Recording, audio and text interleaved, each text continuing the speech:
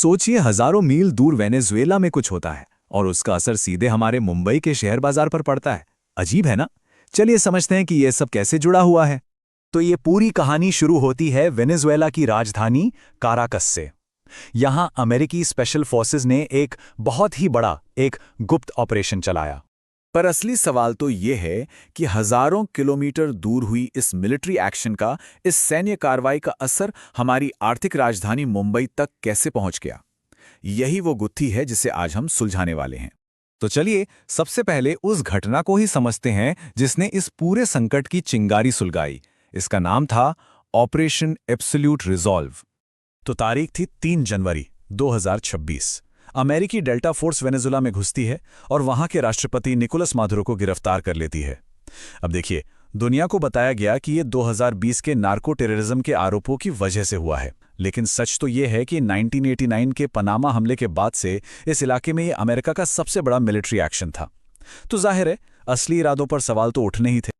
और इस एक्शन के पीछे जो सोच काम कर रही है उसे एक्सपर्ट्स कह रहे हैं मनरो सिद्धांत 2.0। अब ये क्या है? सीधे साधे शब्दों में समझें तो अमेरिका कह रहा है कि ये पूरा पश्चिमी गोलार्ध, ये पूरा इलाका उसका है और यहां तेल, गैस जैसे संसाधनों और लोगों की आवाजाही पर कंट्रोल करना किसी भी देश की अपनी आजादी से ज्यादा जरूरी है। और अगर कोई शक बाकी था तो राष्ट्रपति ट्रंप के इस बयान ने सब कुछ साफ कर दिया। उन्होंने कहा, हम तेल के कारोबार में हैं। इससे ज्यादा साफ इशारा और क्या हो सकता है कि इस ऑपरेशन के पीछे की असली वजह आर्थिक थी, तेल था।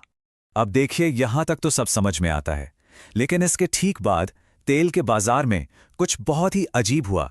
एक ऐसा पेज, एक ऐसा विरोधाभास जिसे समझना बहुत जरूरी है। आमतौर पर क्या होता है, जब भी किसी बड़े तेल बनाने वाले देश में कोई संकट आता है, कोई लड़ाई होती है, तो तेल की कीमतें आसमान छूने लगती हैं। सब यही सोच रहे थे कि कीमत $100 प्रति बैरल के पार चली जाएगी, पर हुआ क्या? बिल्कुल उल्टा, कीमतें लगभग $61 पर ही टिकी रहीं। तो सवाल है, ऐसा क्यों हुआ? इसका जवाब एक ही शब्द में है, सरप्लस। मतलब जरूरत से ज्यादा तेल। 2026 में दुनिया में जितनी तेल की मांग थी उससे 38 लाख बैरल ज्यादा तेल हर रोज पैदा हो रहा था। अब जब बाजार में पहले से इतना तेल भरा पड़ा हो तो वेनेजुएला जैसे संकट का कीमतों पर कोई खास असर पड़ना मुश्किल था। तो ठीक है, तेल की कीमतें तो नहीं बढ़ीं, लेकिन इसका मतलब ये नहीं कि संकट टल गया। इस भू राजनीतिक भूकंप के झटके भारत तक पहुंचे और यहां के बाजार को बुरी तरह हिलाकर रख दिया। आइए देखते हैं कैसे।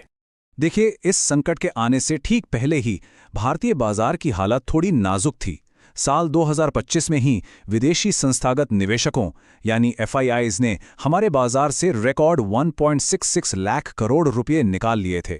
मतलब माहौल पहले से ही काफी कमजोर बना हुआ था। और जैसे ही वेनेजुएला संकट की खबर आई, ये बिकवाली और भी तेज हो गई। सोचिए, सिर्फ 2 कारोबारी दिनों के अंदर फॉरेन इन्वेस्टर्स ने 7,608 करोड़ रुपए और निकाल लिए। ये इस बात का साफ संकेत था कि दुनिया भर के निवेशक डर गए हैं और अपना पैसा सुरक्षित जगहों पर ले जा रहे हैं। अब जब इतना सारा डॉलर बाजार से बाहर जाएगा तो क्या होगा? जाहिर है रुपए पर दबाव पड़ेगा। अनुमान लगाया जा रहा है कि रुपया $1 के मुकाबले 92.50 के स्तर तक गिर सकता है। और रुपया कमजोर होने का मतलब सीधा सीधा ये है कि हमारे लिए petrol, diesel, mobile phone, laptop और बाहर से आने वाला सारा सामान और भी महंगा हो जाएगा। तो इस पूरे उथल पुथल में भारतीय बाजार के कौन से सेक्टर्स को फायदा हुआ और किन्हें नुकसान झेलना पड़ा, चलिए इसका एक सेक्टर दर सेक्टर विश्लेषण करते हैं। तो विनर्स की लिस्ट में सबसे ऊपर हैं तेल निकालने वाली कंपनियां जैसे ONGC और साथ ही डिफेंस सेक्टर की कंपनियां। दूसरी तरफ नुकसान उठाने वालों में थी एयरलाइन कंपनियां और पेंट बनाने वाली कंपनियां, क्योंकि इनके लिए कच्चा माल यानी तेल महंगा हो गया। हाँ, एक सेक्टर था जिसके लिए ये बुरी खबर में भी अच्छी खबर थी, वो था IT। क्योंकि रुपया जितना कमजोर होता है, IT कंपनियों को उतना ही फायदा होता है, क्योंकि उनकी कमाई तो डॉलर्स में होती है। देखिए, ये संकट सिर्फ कुछ दिनों की बात नहीं है, ये हम सब निवेशकों के लिए एक बहुत बड़ी चेतावनी है। अब सेफ इन्वेस्टमेंट या सुरक्षित संपत्ति की परिभाषा ही बदल रही है। अब दुनिया में 3 बड़े बदलाव हमें साफ साफ देखने को मिल रहे हैं। पहला, ग्लोबल मिलिटराइजेशन, मतलब दुनिया भर के देश अपनी सेना पर, अपने रक्षा बजट पर पहले से कहीं ज्यादा खर्च कर रहे हैं।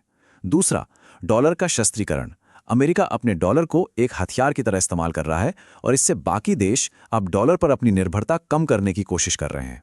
और तीसरा, रिसोर्स नेशनलिज्म, यानी अब देश सीधे सीधे तेल, गैस, खनिजों जैसे संसाधनों पर कब्जा करने को अपनी विदेश नीति का हिस्सा बना रहे हैं। तो ऐसे अनिश्चितता भरे माहौल में निवेशक अपना पैसा कहाँ लगा रहे हैं? एक ही जवाब है, सोना। एक्सपर्ट्स का तो ये तक मानना है कि 2026 तक सोने की कीमत $5,000 प्रति औंस तक पहुंच सकती है। देखिए, ये हमेशा से होता आया है। जब भी सरकारों और उनकी करेंसी पर से भरोसा उठता है तो लोग सोने की तरफ ही भागते हैं। तो आखिर में एक बहुत बड़ा सवाल हमारे सामने खड़ा है। इस नई दुनिया में जहां सैन्य ताकत और आर्थिक दबदबा ही सब कुछ तय कर रहा है, क्या निवेशकों के पास सिर्फ डिफेंसिव खेलने, यानी सिर्फ अपना पैसा बचाने के अलावा कोई और रास्ता बचा भी है? ये एक ऐसा सवाल है जो आने वाले कई सालों तक बाजारों की दिशा तय करेगा।